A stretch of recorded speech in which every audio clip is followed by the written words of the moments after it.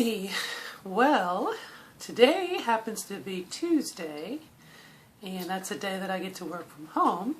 So I took advantage of the moment and kind of dolled myself up some that I don't normally get to do. So I wanted to just say hello and talk today about a plan. Before I get there, I've always wondered about dyeing my hair. Women in our American society tend to dye their hair, and I think I'm going to let mine be gray. I think that'd be kind of cool. It'd be different. It's one of those things about when you try to fit in or go stealth, I guess. You want to fit in as best you can, and so I guess really you should dye your hair so that you fit in with everyone else. But at the same time, I kind of like that gray hair look.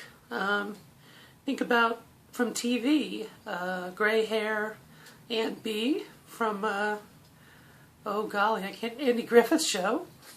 And I've always kind of joked that I'm the daughter of Nathan Lane and Bea Arthur. So if you watch Golden Girls, you'll catch the Bea Arthur reference. Maude, she always had that gray hair. But anyway, that aside,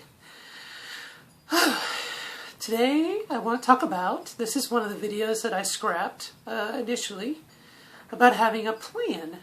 Sometimes when, and this can really apply to anything in life that you have a problem with, sometimes it helps to write it out, to have a plan. Get yourself a piece of paper, and on one side write where you want to be, and on the other side write where you are, and then you're going to figure out how you're going to get there. And as this is obviously transition channel, and it's about my transition, we're going to talk about transitioning from a male to a female.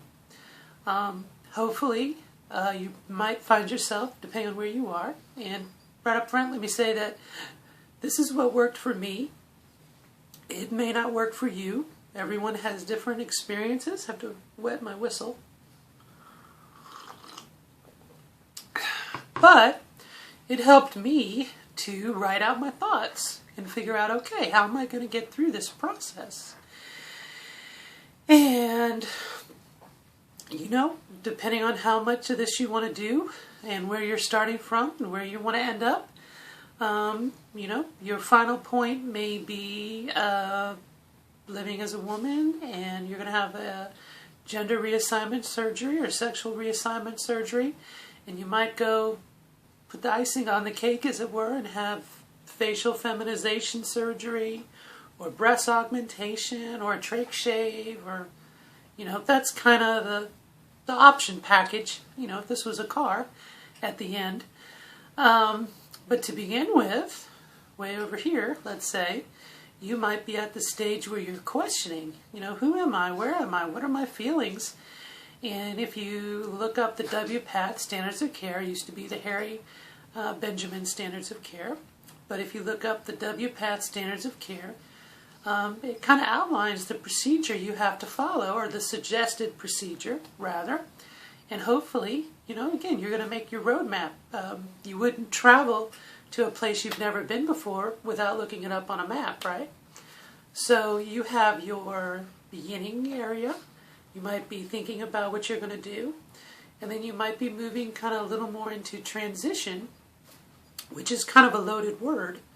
And then over here you might have your fully transition, fully to full-time, whatnot. But this middle area, transition, can be a lot of different things. It could be electrolysis, where they insert little needles and zap your hairs, your beard hairs. Could mean laser, where they take what looks like a big toothpaste, or not toothpaste, I take a thump it and kind of go bzz, bzz, bzz. Don't do that, bzz, that hurts.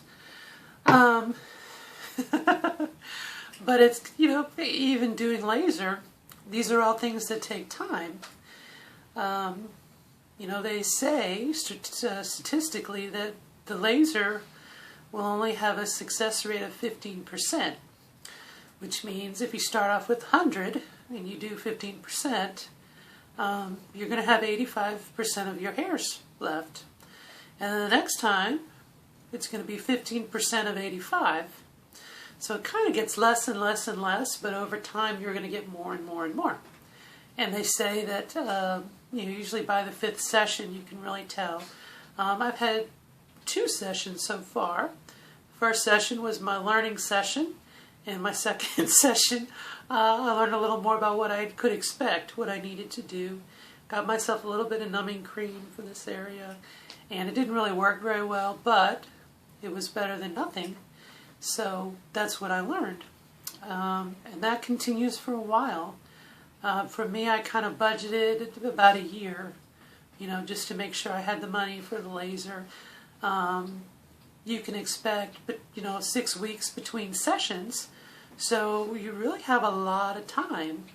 Once you get to this transition block, if that's what you want to do, only you can decide. It's your body. Do that.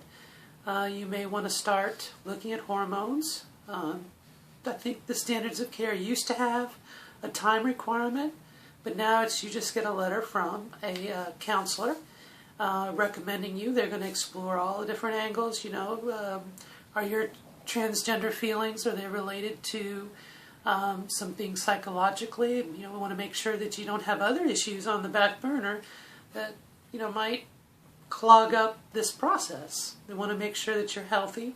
You want to go through this process, and that's where I'm at right now. I had my first assessment session, and we figured it would take 3 or 4 maybe, and hopefully I'll walk out of that with my letter, which will lead me to finding an endocrinologist or someone to help me with hormones. I have someone lined up, and start your hormones.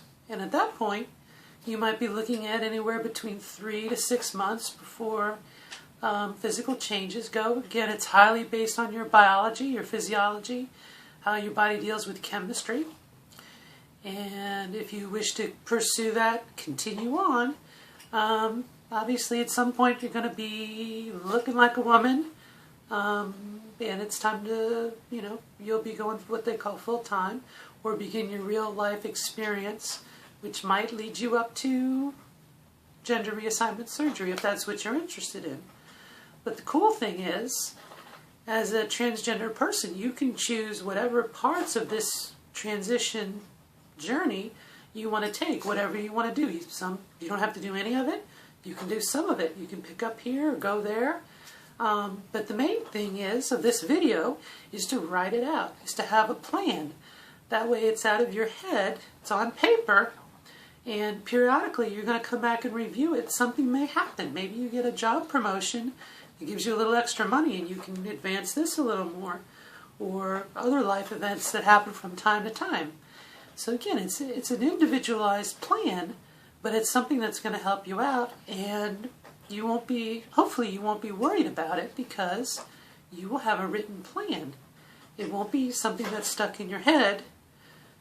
This is my plan, and hopefully you figure out how much of your life, how much of your runtime you're going to put into as you transition, to do, so it doesn't run your life. So anyway, that's this video. It's about having a plan, and good luck. And until next time, bye.